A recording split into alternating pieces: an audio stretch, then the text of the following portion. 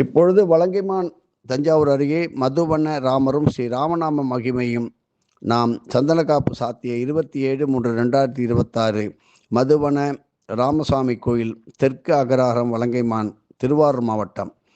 இப்படி கும்பகோணத்திலிருந்து 10 கிலோமீட்டர் தொலைவில் உள்ளது. 30 வருடங்களுக்கு மேலாக நமது குருநாதர் சர்க்குரு ஸ்ரீ வெங்கட்ராம சுவாமிகள் ஸ்ரீ ராமநவமி தினத்தன்று வெவ்வேறு தலங்களிலே ராமபிரானின் அர்ச்சாவதாரத்திற்கு திருமேனிக்கு அவர்கள் கைகளால் அளித்த சந்தன காப்பு கைங்கரியத்தை நடத்தி கொண்டு வருகின்றார்கள் என்பது பலரும் அறிந்தது, சிலர் அறியாதது. இப்படிப்பட்ட சேவையானது இந்த விஸ்வாவசு வருஷ மரத்திலே ஒரு இடத்திலே திருவாரூர் மாவட்டத்தில் உள்ள வலங்கைமான் என்னும் புண்ணிய பூமியிலே உள்ள ஸ்ரீ மதுவன ராமசாமிக்கு நடைபெற்றது. அப்பேற்பட்ட இடத்திலே இளைய பெருமாள் லட்சுமணர் மற்றும் சீதா பிராட்டி சமேதராக ஸ்ரீ மதுவன ராமசுவாமி அபூர்வமாக கோதண்டம் தரிக்காத கோலத்திலே கிழக்கு திசை நோக்காம அமர்ந்த கோலத்தில் சேவை சாதிக்கின்றார். இங்கே பார்த்தாலும் ராமர் என்று தான் இருப்பார். வலங்கைமானில் 2 திருக்கோயில்கள் ஸ்ரீராமர் எழுந்தருளி சேவை சாதிக்கின்றார்.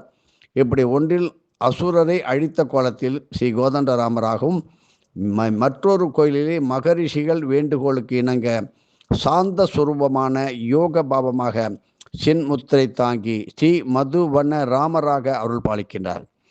முன்பொரு காலத்திலே இந்த பகுதி முழுவதும் அடர்ந்த செடி கொடிகளாலும் நறுமணம் வீசும் மலர்களாலும் நிறைந்து இருந்தது. இது பலருக்கும் தெரியாது. அந்த பூக்களிலிருந்து தேன் எடுக்க பல ஆயிரக்கணக்கான தேனீக்கள் அங்கே ரீங்காரம் ஓங்காரம் இட்டு கொண்டே இருக்குமாம். இப்படி தேன் நிறைந்த வனம் என்பதால் அந்த வனத்தில் வீட்டிருக்கும் அந்த ராமபிரானுக்கும் மதுவன ராமர் என்ற பெயர் ஏற்பட்டது. இப்படி தொடர்ந்து வலங்கைமானில் ஸ்ரீ ராமச்சந்திரமூர்த்தி திருக்கோயில் அருகே காவல் தெய்வமாக மிக மிக பிரசித்தி பெற்ற ஸ்ரீ சீதலா தேவி மகாமாரியம்மன் திருக்கோயில் அமைந்து உள்ளது. பலவிதமான உயிர்கொல்லி நோய்களை தீர்க்கும் இந்த அம்பாளின் மற்றொரு பெயரே ஸ்ரீ பாடைக்கட்டி மாரியம்மன். இது உலகம் அறிந்த ஒரு கோவில். இந்த கோவிலில் இருந்து 10-15 நிமிடங்கள் நடந்தால் மதுவன ராமர் கோயிலை நீங்கள் அடைந்து விடலாம். 2026 ஸ்ரீராமநவமி நடந்த இடத்திலே பாடைக்கட்டி உற்சவம் ஒவ்வொரு வருடமும் நடைபெறும். இதை பார்த்தவர்களும் உண்டு. இப்படி படைப்பில் அனைத்தும் சமம் என்பதை பார்ப்போம். இந்த உலகில் வாழும் ஒவ்வொரு உயிரினமும், அது விலங்காக இருந்தாலும் சரி, செடி கொடி அல்லது ஒரு சிறிய பூச்சியாக இருந்தாலும் சரி, தங்களுக்கென ஒரு ஆன்மீக கடமையை, ஸ்பிரிச்சுவல் டியூட்டி, அதை செய்கின்றன. ஆனால் மனிதர்களாகிய நாம் நமது சுயநலத்திலும் பெரும் ஆசைகளிலும் மூழ்கியிருப்பதால் இந்த சிறு உயிரினங்கள் உலகிற்கு ஆற்றும் ஆன்மீக சேவையை புரிந்து கொள்ள தவறி விடுகிறோம் என்பதை புரிந்து கொள்ள வேண்டும். நம் அன்றாட வாழ்விலே தொந்தரவாக கருதும் கொசுக்கள், கரையான்கள், மூட்டைப்பூச்சிகள் கூட இந்த உலகின் ஆன்மீக சமநிலைக்கு ஏதோ ஒரு வகையிலே பங்களிக்கின்றன. படைப்பில் வீணானது எதுவுமே இல்லை. இது இறைவனுடைய படைப்பு. ஆத்ம விசாரம் செய்ய தொடங்கினால் மற்ற எல்லா உயிரினங்களுடன் நம்மால் பேச முடியும். அவற்றின் ஆன்மீகத்தன்மையை நன்றாக புரிந்து கொள்ளவும் முடியும். பாண்டிச்சேரி அன்னை மலர்களுடன் உரையாடும் ஆற்றல் பெற்றவர். பாண்டிச்சேரி அன்னை உலகமே கொண்டாடும் அன்னை பூக்களுடன் பேசுவார். மலர்களுடன் பேசி உரையாடும் அற்புதமான ஆன்மீக சக்தி கொண்ட சக்தி வாய்ந்த அன்னை. இப்படி ஸ்ரீ வேதவியாசரின் மகனான ஸ்ரீ சுகபிரம்ம மகரிஷி ஒவ்வொரு உயிரினம் பரமாத்மாவை கண்டார். அந்த உயிரினத்திலும் பரம ஆத்மாவை கண்டார். அதனால் மரம், செடி, கொடிகளுக்கு, பறவைகளோடும் அவரோடு நன்றாக பேசி பழகினார். இப்படி சன் ஞானேஸ்வரர் என்னும் மராட்டிய ஞானி ஒரு மாட்டின் முன்ஜென்ம நினைவுகளை தூண்டி அதன் மூலம் வேத மந்திரங்களையும் ஓத செய்தார். இப்படி தேனீக்கள் சொன்ன ஆன்மீக பாடம் இப்படி. இதே போல் தேனீக்களும் மிக உயர்ந்த ஆன்மீக ஞானத்தை கொண்ட உயிரினங்கள். தேனீக்கள் எழுப்பும் என்கின்ற ஒளியை, இசட்டிலே சொல்லி போனால் என்ற ஒளியை கவனித்திருப்போம். என்கின்ற சவுண்டு வரும். சித்தர்களின் கணக்குப்படி இது வெறும் சத்தம் அல்ல, இது மிகவும் சக்தி வாய்ந்த ரீங்கார ஒளி. ஒரு சாதாரண மனிதன் பல ஆண்டுகள் கடுமையான பயிற்சிக்கு பிறகு உச்சரிக்கக்கூடிய மிக மிக உயரிய வேத மந்திரங்களை இந்த தேனீக்கள் இயல்பாகவே ஆட்டோமேட்டிக்காக ஒலிக்கின்றன. இப்படி தேன்கூட்டில் தேனை சேமித்திருக்கும் போது இந்த வேத மந்திரத்தின் சக்தியையும் அந்த தேனிலே அப்படியே செலுத்துகின்றன. இதனால் தான் தேனுக்கு அழிவு இல்லாத சிரஞ்சீவி பண்பு கிடைக்கின்றது. இப்படி மனிதர்களுக்கு எப்படி ஒரு ஆன்மீக குரு வழிகாட்டுகின்றாரோ அதே போல தேனீக்களுக்கும் ஆன்மீக குரு உண்டு. அவை தங்கள் குருவின் கட்டளைப்படித்தான் மிக மிக கட்டுப்பாட்டுடன் செயல்படுகின்றன. தேனீக்களின் ஒட்டுமொத்த குலகுலத்திற்கு குருவாக விளங்குவோர் யார் என்று கேட்டால் ஸ்ரீ மருதமலை சித்தர் ஆவார். இந்த இரகசியமான உண்மைகளை நமக்கு வெளிப்படுத்தியவர் நமது சர்க்குரு ஸ்ரீ வெங்கட்ராம சுவாமிகள். சுயநலத்தை துறந்து நம்மை சுற்றி உள்ள உயிரினங்களை அன்போடு நோக்கினால் அவை ஒவ்வொன்றும் இறைவனின் ஓர் அங்கம் என்பதை நாமே உணரலாம். இயற்கை நமக்கு அளித்த கொடைகளில் மிகவும் மகத்தானது தேன். நமது சர்க்குரு தேனை என்ன சொல்லுவார் என்று கேட்டால் சிரஞ்சீவி தன்மை கொண்ட தேவாமிர்த துளி என்று குறிப்பிடுவார். இதனால் தான் குழந்தைகளுக்கு அன்னப்பிராசனம் செய்யும் பொழுது கூட தேனை சேர்த்து கொடுப்பார்கள். இயற்கையிலிருந்து நமக்கு கிடைக்கும் சுத்தமான தேன் எத்தனை ஆனாலும் அது கெட்டே போகாது. மேலும் சீந்தில் கொடி இறப்பில்லாத மூலிகை பற்றி நாம் தெரிந்து கொள்வோம். தேனை போலவே தாவர இனத்திலும் ஒரு சிரஞ்சீவி உண்டு, அதுதான் சீந்தில் கொடி. இதற்கு மிருத சஞ்சீவினி அல்லது அமுதவல்லி என்ற பெயர்கள் உண்டு. அதாவது இறப்பே இல்லாத மூலிகை பொருள். சித்த மருத்துவத்தில் சீந்தில் கொடிக்கு மிக மிக உயரிய இடம் ஒன்று உண்டு. இது ஆன்மீக ரீதியாக ஹோமங்களிலே பயன்படுத்துகிறது உண்டு. சீந்தில் கொடியை கொண்டு நீங்கள் செய்யப்படும் ஹோமங்களில் இருந்து வரும் அற்புதமான ஒரு புகையானது எப்பேற்பட்ட நோய், உதாரணமாக புற்றுநோய் இருந்தாலும் அப்படிப்பட்ட கொடுமையான நோய்களை கூட எதிர்த்து அவைகளை பஸ்பமாக்கக்கூடிய வல்லமை கொண்டது என்று ஆன்மீக பெரியோர்கள் அறுதியிட்டு சொல்லி உள்ளார்கள்.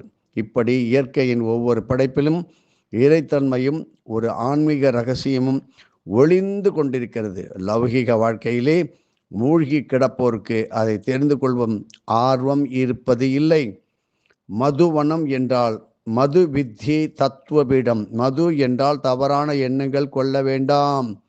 இங்கே மாறி பார்ப்போம். நமது குரு பரம்பரை சித்தர்கள் மதுவன புண்ணிய பூமியை மது வித்யை தத்துவபீடம் என்றுதான் போற்றி கொண்டாடுகின்றார்கள். மது வித்யை என்பது உபனிஷத்துக்களில் மிக ஆழமாக விளக்கப்பட்டு மதுவானோ வனஸ்பதிகி மதுவானோ அஸ்து சூரியகா அப்படி என்று வரும். இப்படி ஒரு தத்துவம் இருக்கிறது. இதில் மது என்பது தேன் அல்லது இனிமையை குறிக்கிறது. வித்யா என்கின்ற வித்யை மற்றும் அதை பெரும் அறிவை குறிக்கும்.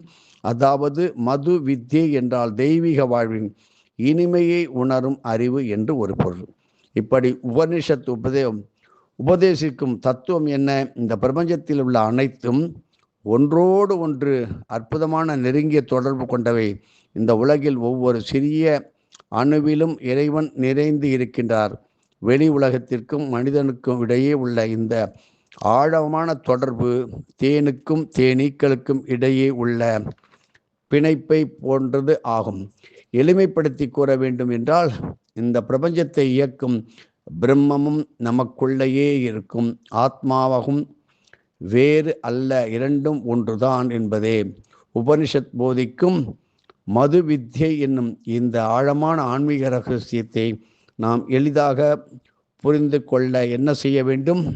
ஸ்ரீ மதுவன ராமருக்கு எளிமையான மந்திரங்களை கேளுங்கள். ஸ்ரீ ராம பக்த சிரோமணி ஸ்ரீ மதுமான் மகரிஷி அவர்கள் சொல்லியது, அவரை போற்றுவோம். மதுமான் போற்றும் மதுவனராம், மதுமான் வணங்கும் சீதாராம். ஸ்ரீராம் ஜெயராம் மதுவனராம், ஸ்ரீராம் ஜெயராம் சீதாராம். யோக ராம ஞான ராம சாந்த ராம மதுவன ராமா. சீதாதேவி பிரிய ராமா, லக்ஷ்மண சேவித ஜெயராமா. இந்த எளிய மந்திரங்களை பலர் ஒன்று சேர்ந்து கூட்டாக சத்தங்கமாக நாம சங்கீர்த்தனை அப்படி பாடவும் ராம பக்தியிலே திளைத்து ஸ்ரீராமருடன் ஐக்கியமான மாபெரும் ராம பக்தரே ஸ்ரீ மதுமான் மகரிஷி. ராம பக்தியிலே மூழ்கும் வரத்தை அருளும் அற்புத மகரிஷி. ராம பக்தர்களுக்கு மிகவும் முக்கியமான மகரிஷி. அதை நாம் அன்றாட வாழ்வில் உணரவும் அருள்பவரே இந்த மதுவன ராமபிரான். இதற்கு தூண்டுகோலாக இருப்பது நம் ஆழ்ந்த பக்தியோடு ஒரு இயற்றும் ராமநாம ஜபம் தானதம். ராம ராம ராம ராம ராம ராம் என்று சொல்லுங்கள். சித்தர்கள் போற்றும் இந்த இடத்திற்கு, இந்த ஸ்தலத்திற்கான வழிபாட்டு முறைகளை பார்ப்போம். இந்த ஸ்தலம் நீண்ட ஆயுளையும் ஆரோக்கியத்தையும் நிறையாக வழங்கக்கூடிய தேவாமிர்த சக்தியை நிறைந்த இடம். இங்கே சஷ்டியத்த பூர்த்தி, சதாபிஷேகம், பீமரத சாந்தி எல்லாம் கொண்டாடலாம். ஆயுள் நன்றாக இருக்கும், எப்பேற்பட்ட வியாதிகளை நீக்கும். இங்கே நமது குரு பரம்பரை சித்தர்கள் காட்டிய வழிப்படி கீழ்கண்ட முறைகளிலே வழிபாடு செய்வது நல்லது. சீந்தில் கொடியை பொடி செய்து அதை ஒரு சுத்தமான பருத்தி துணியிலே முடிச்சாக கட்டி அகல் விளக்கிலே எப்படி எல் தீபம் ஏற்றுகின்றமோ அதே போல தீபம் ஏற்றி வழிபட வேண்டும். ஹோமங்கள் செய்யும் போது சீந்தில் கொடியை தேனில் நனைத்து ஆகுதியாக அர்ப்பணிக்கலாம். சுவாமிக்கு தேனால் அபிஷேகம் செய்வது மிக சிறப்பு. பஞ்சாமிர்த அபிஷேகம் செய்வதும் மிக சிறப்பான விசேஷ பலன்களை தரும். தேன், குங்குமப்பூ, பாதாம் மற்றும் பிஸ்தா கலந்த காய்ச்சிய பாலை இறைவனுக்கு படைத்து தானமாக வழங்குவது குடும்பத்திற்கு நன்மைகளை தேடி தேடி தரும். தர்ப்பணம் செய்யும் போது நீங்கள் சீந்தில் கொடியை உங்களுடைய தர்ப்பண தட்டில் பரப்பி வைத்து அதன் மேல் தர்ப்பை சட்டம் அமைத்து முன்னோர்களை, உங்களது பித்திருக்களை நினைத்து ஆவாகனம் செய்து வழிபட வேண்டும்.